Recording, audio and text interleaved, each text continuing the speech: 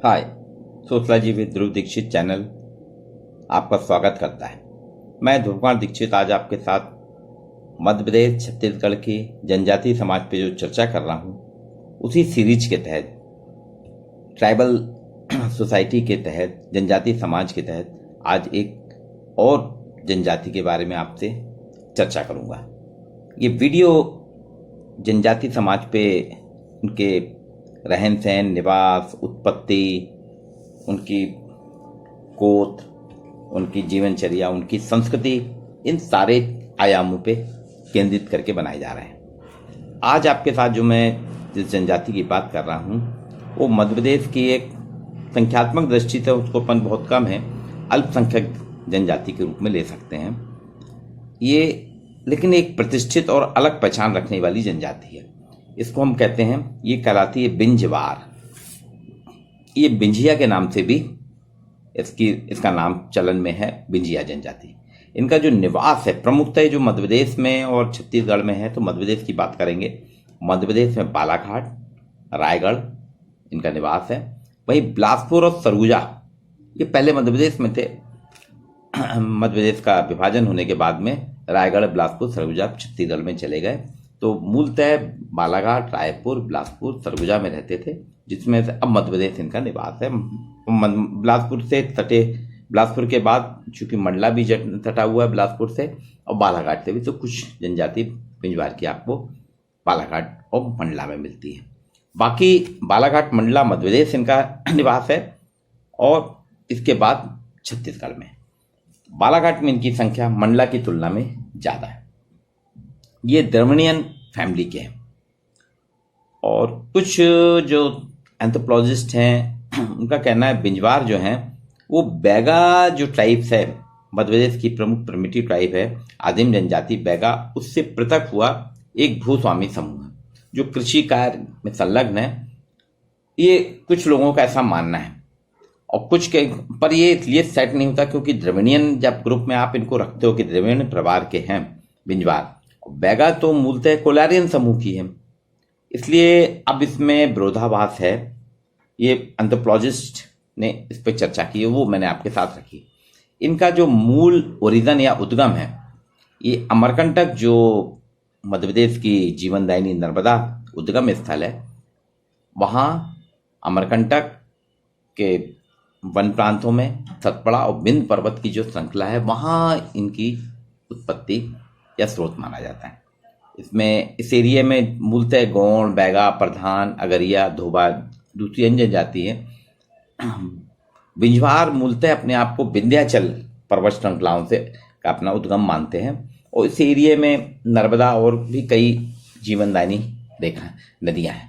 तो यहाँ बहुत सी संस्कृतियाँ, चूँकि हर संस्कृति जो है जहाँ जीवन के लिए पानी रहता है, पानी की उपलब्धता रहती है, वहाँ ही बसती है। तो उसी के तहत ऐसा है कि बिंजवार भी इसी एरिया में होंगे और ये इनका एक लंबा इतिहास है। वहीं अमरकंटक से छत्तीसगढ़ भी है, तो बिलासपुर भी पास में है। तो रायगढ़, बिलासपुर, मंडला और बालाघाट इनका मूल निवास है। अब इनकी उत्पत्ति की एक बड़ी रोचक कहानी है। बिंजवार की 12 भाई बिंजवार एक पुस्तक भी है, मध्य प्रदेश हिंदी क्रांति अकादमी से निकली है और बसंत निर्गुणे जी, जिनकी मैंने पूर्व में भी चर्चा करी थी, आदिवासी छत्तीसगढ़ की प्रमुख जनजाति है, उसमें विस्तार से उन्होंने बहुत जनजाति समाज के बारे में लिखा है। निर्गुणे जी का अपना अच्छा भारतीय मध्य प्रदेश में जनजाति संस्कृति मंत्रालय में थे और बहुत लेखन है उनका जनजाति पे। तो उन्होंने बताया इनकी उत्पत्ति के बारे में। वे लोग कहते हैं कि बिंजवार 12 भाई बिंजवार कहलाते हैं। इनकी उत्पत्ति में ऐसा है कि 12 भाई थे बिंजवार, उन्हीं से बाद में आगे चल के ये लोग फैलते चले गए। ये 12 भाई बेतकार भी कहलाते थे। ये धनुष चलाने में बहुत निपुण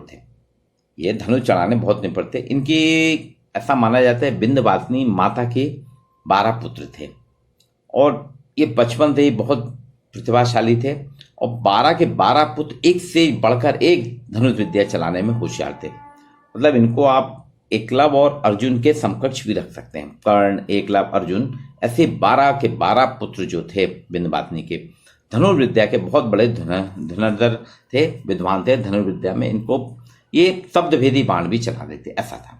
और सारे के सारे तंत्र मंत्र भी करते थे। तंत्र मंत्र युक्त बाण भी चलाते थे। इनके मिथक ऐसी कहानियां हैं। नैसर्गिक प्रतिभा के धनी। एक बार ये लोग, इनका कहना है कि जंगल में जा रहे थे, अभ्यास कर रहे थे धनुष बाण चलाने का, और विंध्याचल की ऊंची चोटी पे कर रहे थे, जहां से पूरा सब कुछ, सारी सीमाएं दिखाई देती थी।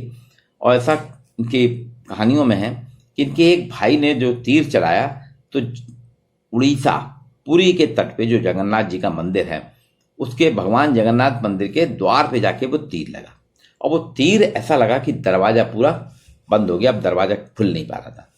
वहां के सभी लोगों ने बहुत प्रयास किए, राजा ने भी बुलवाया कि दरवाजा खोला जाए, भगवान अंदर बंद हो गए हैं, लेकिन एक माह तक दरवाजा बंद रहा, खुला ही नहीं।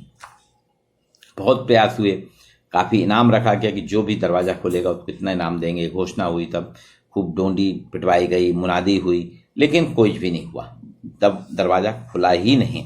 और इसी बीच में क्या, ये 12 भाई घूमते घूमते विंध्याचल पर्वत से निकल के अपने घूमते चले जा रहे थे, तो ये पुरी पहुंचे। जब पुरी के दरवाजे के वहां पहुंचे तो देखा कि भगवान जगन्नाथ जी के पट बंद है, उसमें एक तीर लगा है। तो इनके 12 भाइयों के जो छोटे भाई ने था, उसने, उसका तीर था, उसके तरकस से निकला था, उसने फट से पहचान गया। तो उसने देखा, अरे ये तीर यहाँ है, तो उसने जाया और वहां दरवाजे पे अपने पहचान के एक पल में उस तीर को हाथ से खींचा और अपने तरकस में रख लिया। उसके तीर अलग करते ही मंदिर का दरवाजा खुल गया। इस पूरी खबर आग की तरह फैल गई। राजा बहुत खुश हुआ, और सब इनकी, भाई किसने खोला, तो पता चला कि कोई घुमंतू लोग आए हैं, 12 लोग तीर कमान लेके चल रहे हैं, उनमें से एक लड़के ने कराया। 12 के 12 भाइयों को बुलाया, खूब आदर सत्कार करा राजा ने कि भगवान हमारे आज आज़ाद हुए हैं, आप लोग जो चाहें खूब आदर सत्कार, हीरे जवाहरात पुरस्कार में, खूब भूमि भी दी, जमीन भी दी। और इस तरीके से ये 12 के 12 बिंजवार भाई जो थे, उनकी उत्पत्ति हुई, इनका साम्राज्य हुआ। ये कहानी है इनके जन्म की कि 12 भाई बिंजवार ऐसे हैं। इनकी अलग अलग गोत्रों की उपशाखाएं हैं। एक बड़े बिंजवार, दूसरे रहते हैं सोनजरा, तीसरे जो है बिरजिया, और चौथे बिंजिया। और इनमें आपस में रोटी का व्यवहार होता है, लेकिन बेटी का व्यवहार नहीं। रोटी तो एक दूसरे से ले लेंगे, लेकिन बेटी अपने ही गोद में देंगे, उसके बाहर नहीं। और इनके अलग अलग चिन्ह हैं। इनके आजकल उपशाखाओं, पहले उपशाखाओं में से एक उपशाखा से दूसरी में विवाह नहीं होता था, लेकिन एक उपशाखा से दूसरी में विवाह होने लगा है।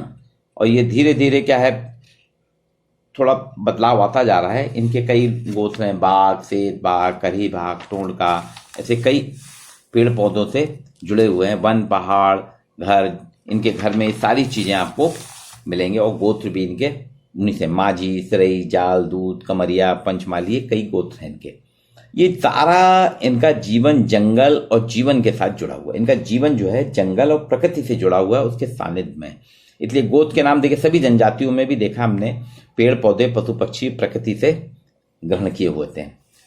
इनके पास क्या है, अपने आप को 3 शाखाओं में जो इनके अलग अलग स्तर हैं, तो बड़े बिंजवार अपने आप को बाकी 3 से सबसे श्रेष्ठ मानते हैं, क्योंकि ये कभी जमींदार रहते थे। इनके पास कृषि योग्य पर्याप्त भूमि थी और समाज में इनकी बहुत ही मान प्रतिष्ठा थी। सोनजरा बिंजवार नदी की रेत में सोने के कण ढूंढने का काम करते हैं। सोनजरा जो है बिंजवार, वो नदी की रेत से सोने के कण भी ढूंढते हैं। और बिरजिया जंगल काटते थे, बेवार खेती करते थे जंगल काट के, लेकिन अब तो प्रतिबंधित हो गया है। और बिंजिया जो है, चौथा जो शाखा है, वो सबसे निचली है। उसके कहा जाता है कि बिंजिया जो थे, एक बार इन्होंने क्या है, इनके पूर्वजों ने किसी गौण राजा की हत्या कर दी थी। तब से समाज इनको हे दृष्टि से, हिकारत से देखता है। तो बिंजिया सबसे निम्न स्तर है। अब इनके यहाँ जो आवास हैं, इनके सड़क से लगे हुए होते हैं, जंगल के भीतर सड़क से मारते एक रास्ता पगडंडी बनती, उससे लगे होते हैं और कस्बे के आसपास होते हैं। ये अकेले बिंजवार नहीं रहते, वहां पे मिश्रित लोग रहते हैं, और भी जनजाति है। जैसे जहां जहां बालाघाट और मंडला में इनके निवास है, रायगढ़ वगैरह में, वहां गौड़, कमर, पांडो जनजाति के लोग भी हैं, मिल के रहते हैं। और ये घास फूस, खप्पर, खपरेल इनके मकान होते हैं। ये अपने हाथों से खुद किसी की मदद नहीं लेते, बिंजवार अपने मकान खुद तैयार करते हैं। इनके इसमें 2 या 3 कमरे और आंगन होता है, पर्ची होती है, मिट्टी के मकान होते हैं, मिट्टी की पुताई होती है, बहुत सुंदर मकान रहते हैं। पीली मिट्टी, गोबर से लिपाई करते हैं, दीवारों पे आकृतियां बनाई जाती हैं, इनकी पेंटिंग वगैरह करते हैं। घर के बाजू में इनकी गौशाला होती है, जिसमें पालतू पशु इनके पाले जाते हैं। इनके घर में बैठक भी होती है। एक कमरे में अनाज रखने के लिए बर्तन भाड़े कृषि उपकरण रखते हैं। ये पैंट शर्ट पहनते हैं, कंधे पे पुरुष से गमछा लपेटे रहते हैं, कमीज पहनते हैं। स्त्रियां भी लुगड़ा और पोलका पहनती हैं। गुदना महिलाओं का है। ये प्रत्येक बिंजवार स्त्री अपने शरीर पे गुदना धारण करती है। आभूषण प्रिय होती हैं। हाथ पैर चेहरे पे बचपन में ही गुदना हो जाता है, बाद में जैसे जैसे पढ़ते हैं। देवार जाति की महिलाएं इनके गुदना होती हैं। गुदना इनके शरीर का गहना है और इनका कहना है कि बाकी गहने तो हमारे खत्म हो जाएंगे, लेकिन एक बार गुदना हो गया तो वो मरते दम तक रहेगा, हमारे साथ बही जाता है। ये बिछिया, पैर में मोटी तोड़ा, करघन, ये सब पहनती हैं। चांदी और गिलट के इनके होते हैं। बिजवार स्त्री पुरुष ये सफाई पसंद है। उनके घर बहुत साफ सुथरे रहते हैं और अन्य जनजातियों की तुलना में प्रतिदिन स्नान करते हैं, धुले कपड़े पहनते हैं, तेल कंघी चोटी बहुत बढ़िया श्रृंगार प्रिय हैं और साफ सफाई के साथ रहते हैं। इनके यहाँ एक और चीज़ है, लड़के लड़की के वयस्क होने पे उनको मनपसंद विवाह करने की स्वतंत्रता है। इनके यहाँ माता पिता नहीं, लड़के लड़की खुद ही तय कर सकते हैं। वयस्क लड़की अपने समाज के किसी समगोत्री नहीं, दूसरे गोत्र के युवक के साथ विवाह कर सकती है। मामा फुआ के बच्चों में भी इनके यहाँ विवाह परिचित है। परिवार और समाज की स्वीकृति से होने वाले विवाह को ये लोग सगाई विवाह कहते हैं, जो कि बहुत ही सहजता और आनंद के साथ होता है। इसमें लड़के वाले जब अपने को पिताजी को बताते हैं तो वर पक्ष लड़की वाले के यहाँ प्रस्ताव लेके जाता है, फिर दोनों में बातचीत होती है, दूल्हा बारात लेके आता है, सगाई गोना की रस्में होती हैं। वर पक्ष को वधु मूल भी देना होता है। नगद वस्त्र, चावल, धान और शराब वगैरह देते हैं। इनके यहाँ दारू का चलन इनके यहाँ भी है। सगाई के समय दारू पार्टी बहुत जोरों से की जाती है और हर रस्म में इनको, जो विवाह की अलग अलग रस्में होती हैं, 1 या 2 बोतल शराब इनको देना ही पड़ता है, अनिवार्य होता है। और देखा जाए तो शराब इनके जीवन का जनजातियों के अटूट रिश्ता भी बन गया है और धीरे धीरे अब इनके लिए घातक भी हो रहा है, लेकिन अभी भी इनका शराब सेवन से मोह खत्म नहीं हुआ है। दूसरा इनके इसमें एक लमसेना विवाह होता है। बिंजवारों में बिना विवाह के घर जमाई रखने की प्रथा, जिसे लमसेना या सेना विवाह भी कहते हैं। इसमें क्या होता है कि लड़का जो होता है 1-2 साल तक लड़की के घर में रहता है। किसी लड़के को अगर कोई लड़की पसंद आ गई अपनी समाज की, वो उसके घर में रहता है और वहाँ पे अपने ससुराल वालों को दिल जीतना चाहता है और उसके साथ वो लड़की के साथ उसको, अगर वो पसंद कर, लड़की ने भी पसंद कर लिया और लड़की के पिताजी ने भी, तो फिर उसका वहीं विवाह करके उसको घर अलग से बसा दिया जाता है। एक इनके यहाँ एक्सचेंज मैरिज है, अदला बदली विवाह। पंचों की सहमति से भाई बहन का एक दूसरे के परिवारों के यहाँ एक्सचेंज विवाह किया जाता है, आदान प्रदान या विनिमय विवाह कहते हैं। आदिवासी इसको बदल विवाह कहते हैं, आदिवासी लोग ये विनिमय। एक इनके यहाँ घुसपैठ विवाह की प्रथा भी है। इसमें लड़की चोरी छिपे लड़के के घर में अवसर पाकर घुस जाती है। अगर किसी लड़के ने, वो कोई लड़का पसंद आ गया तो चोरी छिपे जबरदस्ती उनके घर घुस जाएगी छुपके, और फिर वो लड़के की पीठ पे सादी हल्दी लगा देती है। अगर हल्दी लगा दी तो उनका कहना उसका विवाह उस लड़के के साथ तय हो गया। और फिर उसके पंच जो हैं वहाँ, उनके जो जातीय पंचायत के लड़के लड़की की पूरी जिम्मेदारी लेके उसके विवाह करने के हकदार हो जाते हैं और इस तरीके से उनका विवाह होता है। एक इनके यहाँ होता है, लड़का लड़की घर से भाग जाते हैं। भागने के बाद घर से भाग के लड़का लड़की अपने गांव के किसी रिश्तेदार के घर में जाके शरण लेते हैं। अगर उसने उसको शरण दे दी, फिर वो क्या होता है, पंचों को बताता है। पंच वहाँ से इकट्ठा करते हैं और लड़की की सहमति लेते हैं, पूछते हैं।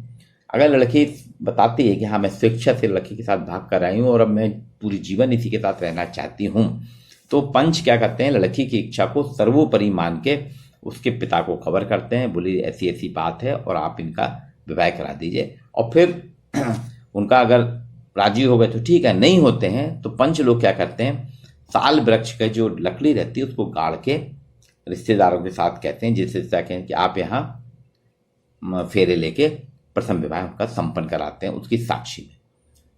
एक इनके यहाँ देवर जो है, विधवा हुई भाभी को चूड़ी पहनाने का पहला। अगर किसी महिला का पति खत्म हो जाता है तो उसका जो देवर है वो अपनी भाभी को चूड़ी पहना के, उसको हक है फिर वो उसके साथ विवाह, फिर भी उसमें भी पर भाभी की इच्छा सर्वोपरि है। इसको वधू मूल को सुख भरना कहा जाते हैं।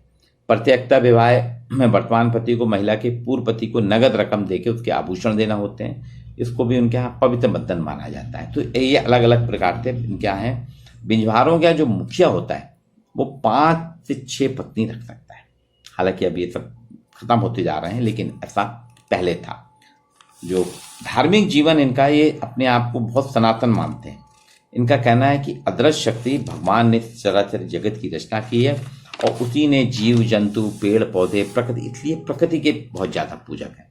पहाड़ नदी जल में जीवन इनका रहता है, जीवन समाया हुआ सजीवता है। हर जंगल के चौराहों पे रास्ते में ये देवी देवताओं का वास मानते हैं और इनका कहना है देवी देवता शोक भय और संकट को दूर करने वाले, उनके जीवन की रक्षा करने वाले हैं। इनकी आत्मा, बुरी आत्माओं पे बहुत ज़्यादा विश्वास है। भूत प्रेत जादू टोना बिंजवार में जगह जगह व्याप्त है। मृत्यु भय पुनर्जन्म पर उनका सहज भरोसा है, पुनर्जन्म को भी मानते हैं और मृत्यु और हमेशा पेड़ पौधों में इनका ऐसा विश्वास है कि पेड़ पौधे की पूजा करते रहे तो पेड़ पौधे बिंजवार के उनको देवी देवताओं का वास मानते हैं और वो उनके रक्षक होते हैं। ये इनका है। इनके उसमें ठाकुर देव, बूढ़ा देव, दूल्हा देव, भैंसासुर, करिया, घुटवा, बाघ देव, कंकालेन, घटवालेन, बंजारी, सतभनिया, ये कुछ देवी देवता हैं इनके। प्रकृति में सूर्य, चंद्रमा, पृथ्वी, आकाश, नदी, अग्नि, नाग, इनकी पूजा करते हैं। इनके यहाँ बलि प्रथा भी है। तांत्रिक देवी देवताओं को बकरे और मुर्गे की बलि चढ़ाई जाती है। इनके यहाँ जो तांत्रिक रहता है वो देवी देवताओं को बताता है, तो वहाँ लोग मुर्गे और बकरे की बलि चढ़ाते हैं। इनमें स्वर्ग नरक की भी आस्था है कि अच्छा काम करेंगे तो स्वर्ग मिलेगा, गलत काम करेंगे, बुरा काम तो नरक मिलेगा। और जादू टोना जो है, तंत्र मंत्र के जानकार इनके यहाँ रहते हैं और वो इनका पूरा जीवन चलाते हैं। इनको बैगा और झाकर कहते हैं। जो तंत्र मंत्र के जानकार होते हैं वो उनके सभी समस्याओं का समाधान करते हैं। इनमें होली, हरेली, नवाखानी, दशहरा, दिवाली, ये इनके प्रमुख त्योहार है। कर्मा पूजा जो है बिंजवारों का विशिष्ट प्रकृति पूजा करना है, इसको कर्मा कहते हैं। इसमें करम वृक्ष और करम देवता की पूजा में उस वक्त कर्मा नृत्य भी करते हैं। और दिवाली में इनके यहाँ पड़की नृत्य महिलाएं करती हैं। होली में रहस्य या रासलीला होती है। इनके अलग अलग होते हैं, जैसे गीत, बरस दरिया है, कर्मा, सुआ, फाक, कर्मा, इनकी चलते हैं, मौज मस्ती करते रहते हैं। ये पुरुष प्रधान समाज, विजय जनजाति जो है पुरुष प्रधान समाज है और सामाजिक कार्य में पुरुष की महत्ता अनिवार्य है। कोई भी सामाजिक कार्य होगा उसमें पुरुष का होना अनिवार्य है। घर का मुखिया भी पुरुष होता है और पिता के बाद उसका उत्तरदायित्व जो है पुत्र संभालता है। पिता खत्म हो जाए तो पुत्र संभालता है। जाति का पंचायत सर्वाधिक महत्व होता है और न्याय का केंद्र होता है और मुखिया का पद परंपरागत है, जिसे पटेल या गोंटिया कहते हैं। ये पूरे धार्मिक, सामाजिक, राजनीतिक गतिविधियां चलाता है वो पुरुषों के द्वारा है। अब तो पंचायती राज आ गया तो सरकार के माध्यम से हो रहा है, लेकिन इनकी अपनी जानती पंचायत में अभी भी इनका भी जो चलता है। ये उन्नत कृषि करते हैं। समय के हिसाब से इन्होंने आधुनिक कृषि को अपना लिया, आधुनिक कृषि उपकरण का प्रयोग कर रहे हैं और इनकी खेती ही इनके जीवन का आर्थिक आधार है। धान, कोदो, कुटकी, मूंग, उड़द, अरहर, तिल, ये सारी फसलें लगाते हैं और वार्षिक वर्षा पे आधारित, पर अब आधुनिक रूप से ये सिंचाई के साधन भी कर रहे हैं। हालांकि सिंचित भूमि इनके पास उतनी नहीं है, लेकिन अब धीरे धीरे सरकार की योजनाओं का लाभ लेते जा रहे हैं और इनको मिलते जा रहे हैं। भाराबाई बिंजवार जो है मध्य प्रदेश हिंदी अकादमी मैंने जो चर्चा की थी उसमें इनके पूरी जीवनचर्या है। ठाकुरलाल आणाबाई नायक ने लिखी है बिंजवारों पे, तो पूरे 12 भाई पे है, तो उसमें काफ़ी कुछ हमको इनके दिखता है। लेकिन अभी बदलाव आ गया, उसमें तो पारंपरिक खेती की बात की, लेकिन अब ये आधुनिक खेती कर रहे हैं और सरकार की योजनाओं का लाभ है। इनका जन्म, विवाह, मृत्यु, ये 3 संस्कार इनके प्रमुख हैं। बिंजवार जनजाति में जन्म, विवाह और मृत्यु 3 हैं। बच्चे का घर में आना शुभ माना जाता है। लड़का या लड़की से इनको कोई फर्क नहीं पड़ता, लड़का जन्म हो या लड़की, इनको सबको प्रसव प्रक्रिया घर में ही होती है। पर अब धीरे धीरे आधुनिकता के उसमें ये हॉस्पिटल जाने लगे। बच्चे की जो नाल रहती है उसको जमीन में गाड़कर उसमें आग जलाते हैं। 6ठे दिन बच्चे की अस्थि है, छठी की पूजा होती है, उसी दिन नामकरण संस्कार होता है। मृतक को ये भूमि में दफनाते हैं। 30वें दिन तीजा होता है मृतक के। पुरुष जो अपने सिर के बाल देते हैं। 10वें दिन 10 क्रम होता है, मृत्यु भोज दिया जाता है और उसको मृतकों को पूर्वजों से मिलाने के लिए तर्पण का भी, इसमें सब समाज के संपर्क में आने पे ये तर्पण वगैरह भी करने लगे हैं। और जन्म और मृत्यु में इनका सूतक रहता है, मतलब उस दिन तक ये किसी से मिलेंगे जुलेंगे नहीं। शिक्षा के प्रति इनमें रुझान बढ़ रहा है और धीरे धीरे शिक्षित होकर सरकारी नौकरियां भी पाने लगे। शासन की योजनाओं का लाभ उठाया है। बिंजवार आजकल अपने बच्चों को पढ़ा रहे हैं और पढ़ाने के साथ साथ उनको अपने पारंपरिक खेती से अलग करके, पारंपरिक कार्यों से अलग करके नौकरी को और बढ़ रहे हैं और धीरे धीरे अब इनकी साक्षरता 20 से 25% तक हो गई है। और बिंजवार जो है अपने आप को आधुनिकता में लाते जा रहे हैं। द्रविड़ फैमिली के हैं, गौड़ों की एक शाखा के रूप में जाया जाता है। कुछ लोगों ने बैगा जनजाति, लेकिन बैगा से इनका कोई विशिष्ट संबंध नहीं है। एक प्रख्यात एंथ्रोपोलॉजिस्ट हुए हैं रसेल एंड हीरालाल, वो कहते थे, उन्होंने तो अध्ययन करके बताया था आज से करीब 70-80 साल पहले कि बिंजवार सबसे कुशल कृषक हैं और उन्नत खेती की विधि जानते हैं। जनजातियों में उनका कहना था, रसेल एंड हीरालाल का, और वो ठाकुरलाल हड़ामाई नायक ने भी और बसंत नूड़े ने बताया कि ये कृषक बहुत उन्नत है और खेती ही नहीं, ये एक ऐसी जनजाति है जिसमें कुशल खेती है और आधुनिक रूप से खेती करते हैं। और इनका उद्गम जो है विंध्याचल पर्वत है। ये 12 भाई की कहानी है, तो ये बातों में संगठित रूप से रहते हैं। तो ये मैंने आज आपके साथ 12 भाई बिंजवार जो है, बिंजवार जनजाति पे बात की। अब अगली मैं आपके साथ फिर एक नई जनजाति के साथ उपस्थित होऊंगा। अभी बिंजवार पे आप अध्ययन करें। कुछ मध्य प्रदेश हिंदी ग्रंथ अकादमी में, छत्तीसगढ़ हिंदी ग्रंथ अकादमी में है और बाकी भी आपको उपलब्ध कराने का प्रयास करूंगा। आज के लिए इतना ही।